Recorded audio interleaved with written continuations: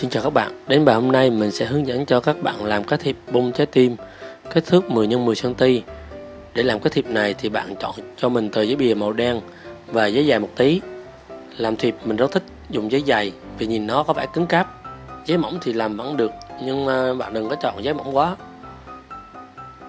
Bây giờ bạn vẽ cái hình vuông 20 x 20 như lúc nãy và cắt nó ra.